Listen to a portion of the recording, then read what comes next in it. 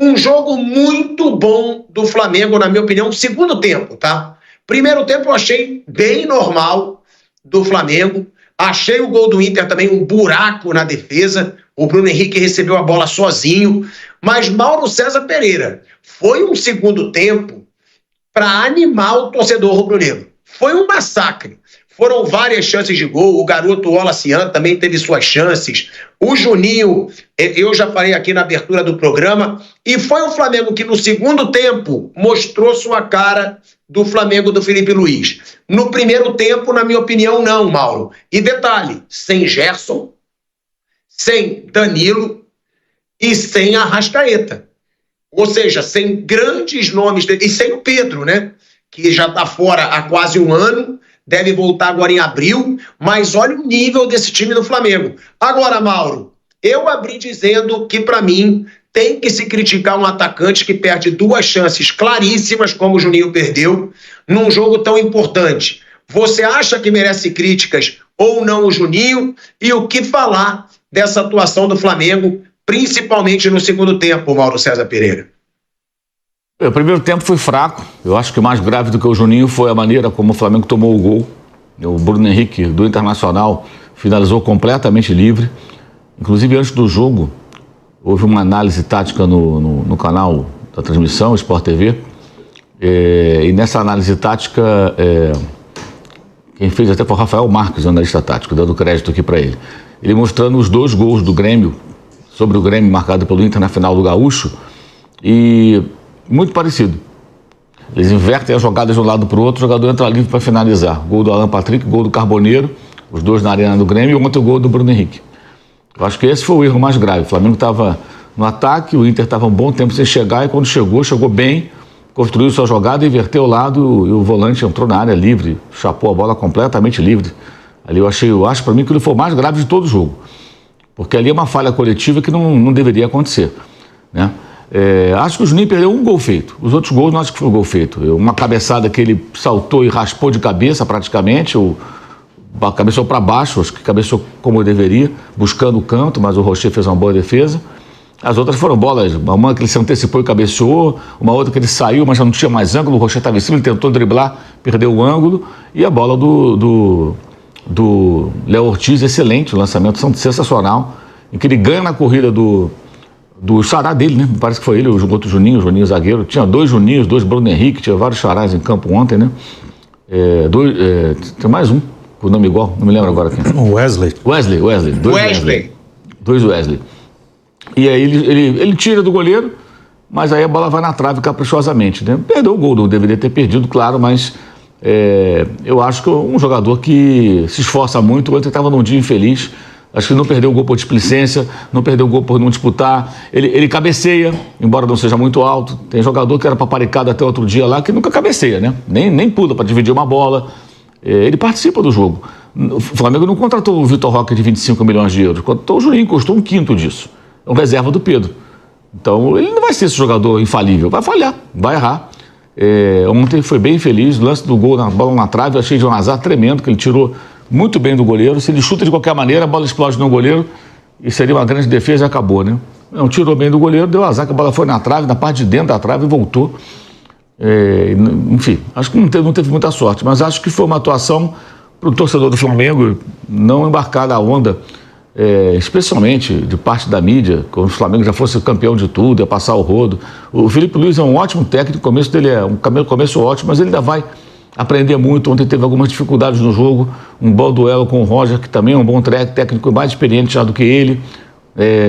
O Flamengo no primeiro tempo não foi bem, o segundo melhora, acho que ele faz as trocas que melhoram a equipe. Não gostei nada da atuação do Luiz Araújo. Michael achei muito fraco, pior do time para mim do Flamengo foi o Michael. Do lado do Inter, acho que o Borré foi mais apagado, a bola pouco chegou para ele, né? Então, já o Carboneiro entrou bem no jogo, né? Ao contrário do Enner, que não participou tanto. Então, acho que foi uma boa partida de dois times fortes. O Internacional tem um elenco forte, tem uma boa equipe, tem um técnico, um trabalho que vem já desde o ano passado, como outros que a gente espera ver no Campeonato Brasileiro. Depois de ver um jogo horroroso entre Corinthians e Palmeiras, vimos um bom jogo no Maracanã. Agora é isso, o Flamengo não vai ganhar todos os jogos, não vai passar o trator, não vai... Ainda mais jogando sem Gerson, sem Arrascaeta, sem Pedro, né? Até o Vinha, se você quiser acrescentar mais um, vários desfalques, né? sem o Danilo, né? Outro desfalque também. Então, no final do jogo, inclusive, saiu machucado o Léo Pereira.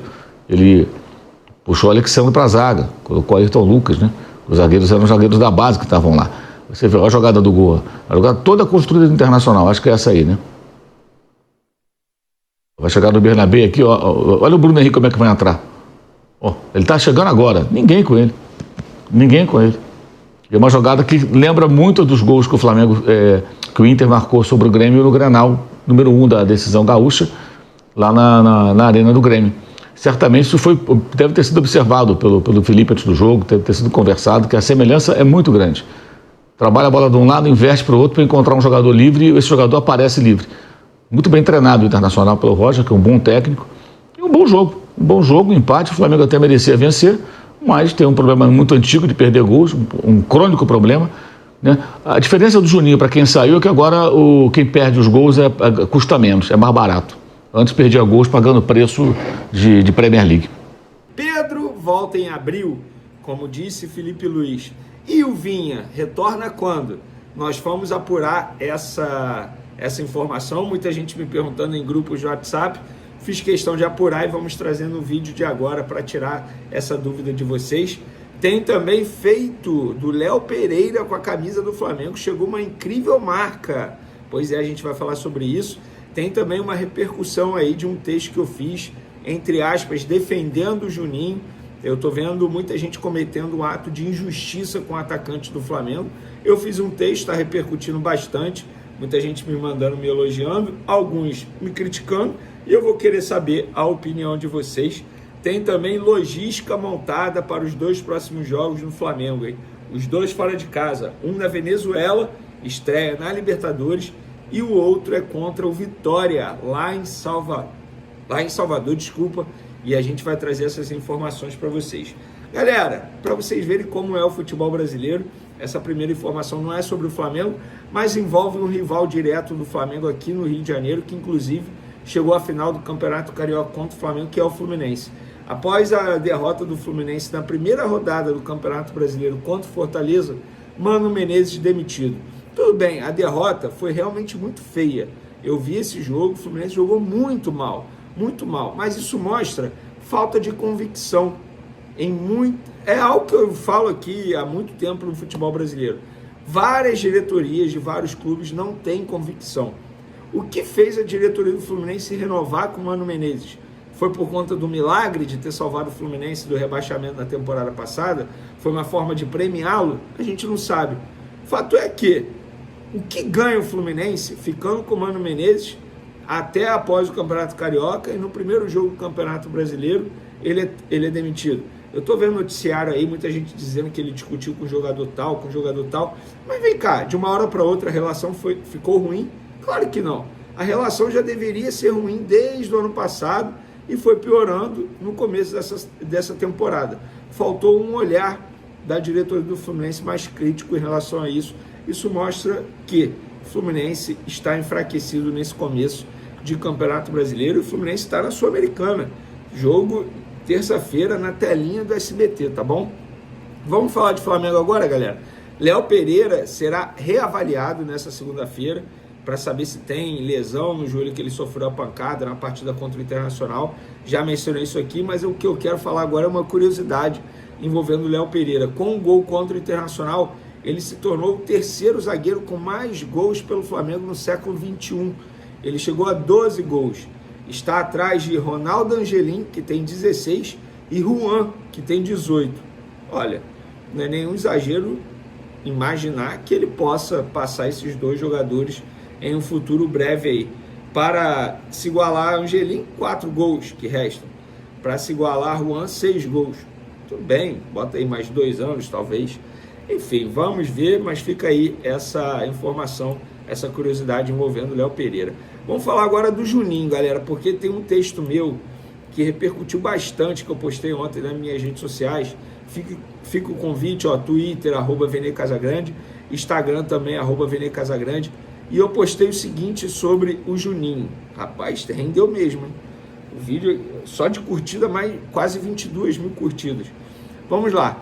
Juninho perdeu o gol que poderia ter dado a vitória ao Flamengo contra o Internacional? Sim, perdeu. Mas ele também foi quem fez o gol, por exemplo, do título do Carioca. Para quem não lembra, na vitória por 2-1 sobre o Fluminense no primeiro jogo, o autor do segundo gol foi ele. Na partida de volta foi 0-0. Além disso, ele é um cara extremamente dedicado, tanto dentro de campo quanto fora das quatro linhas. Não poupa esforço nos treinamentos, nos trabalhos de recuperação de pós-jogo, sempre busca aprender a parte tática todo santo dia. Injusto o que Juninho está sofrendo nas últimas horas nas redes sociais, sendo massacrado por parte da torcida. Não vale colocar nele o peso de substituir Pedro ou Gabigol. É um jogador que chegou para compor elenco e com características totalmente diferentes, tanto do Pedro quanto do Gabigol. Ele também mostrou ser muito humilde. Ontem ele ainda topou dar uma entrevista de pós-jogo para o Sport TV, quando a emissora ainda o colocou para analisar o lance do gol perdido. Totalmente constrangedor aquela situação ali. Enfim, não quero ser sommelier de torcedor, mas acho que vale ter paciência para não queimar um jogador tão cedo. Fica aí essa reflexão para vocês que estavam criticando bastante o Juninho, para vocês que não estavam criticando, quero a reflexão de vocês. Qual é a opinião de vocês? Tem que criticar porque ele perdeu um gol, ou não tem que criticar, tem que ter calma? Eu vi muita gente chamando o cara de bagre, não vale isso. Claro, gente, nível técnico, ele está abaixo de mais jogadores do Flamengo, isso sem sombra de dúvidas. Mas se tivesse um alto nível técnico, ele não iria custar 5 milhões de euros, gente. É por isso que ele foi apenas, entre aspas, 5 milhões de euros. O futebol hoje está super valorizado. Se ele fosse um jogador de altíssimo nível, tal como Luiz Araújo, que custou 50 milhões de reais, o Pedro, 16 milhões de euros, ele não iria custar 30 milhões de reais. E ele estava indo para o Sevilha, clube grande da Europa. Então, eu acho que tem que ter paciência com o Juninho. Não sei o que vocês pensam. Gostaria de dar a opinião de vocês. Vamos falar agora da logística do Flamengo. Quarta-feira, o Flamengo inicia a semana se preparando para a estreia na Libertadores, que é quinta-feira, fora de casa, lá na Venezuela, contra o Deportivo Táchira. E depois tem jogo contra o Vitória, também fora de casa, em Salvador. O Flamengo, portanto, vai viajar na quarta e só volta domingo ao Rio de Janeiro. São 2 jogos seguidos fora de casa. E a logística foi definida. Quarta-feira, viagem para San Cristóbal, na Venezuela, que é perto ali de onde eles vão jogar. Sexta-feira, no dia seguinte, pós-jogo contra o Deportivo Táchira, viagem para Salvador. Sábado, treino no CT do Bahia. Domingo, jogo contra o Vitória, pelo Campeonato Brasileiro, 6h30 da noite. Após o jogo, a delegação retorna ao Rio de Janeiro. Ou seja, vai ser cansativo. Não tem jeito, agora vai começar a maratona de jogos, não só para o Flamengo, para todos os clubes que estão disputando competições sul-americanas, Copa do Brasil, Brasileiro, e o Flamengo, Palmeiras, Botafogo, Fluminense ainda tem o Super Mundial no meio da temporada.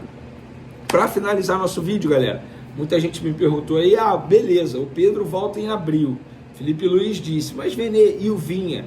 Pelo que eu apurei junto ao Flamengo, o planejamento é tentar fazer esse jogador retornar em junho, para pelo menos ficar à disposição do Super Mundial. Não está definido, eles creem que é possível, não é uma tarefa fácil, está todo mundo trabalhando para isso. O jogador tem ajudado demais no trabalho, no dia a dia, se dedicando bastante na recuperação. Então, eles tentam deixar o Vinha à disposição técnico Felipe Luiz em junho. Lembrando que a lesão do Vinha, na verdade, as lesões do Vinha foram bem sérias. Ele não foi apenas joelho, teve um problema no tornozelo também. Então, torcer para que tudo dê certo e ele fique à disposição em junho. Essas foram as notícias de hoje. Até a próxima. Obrigado, nação.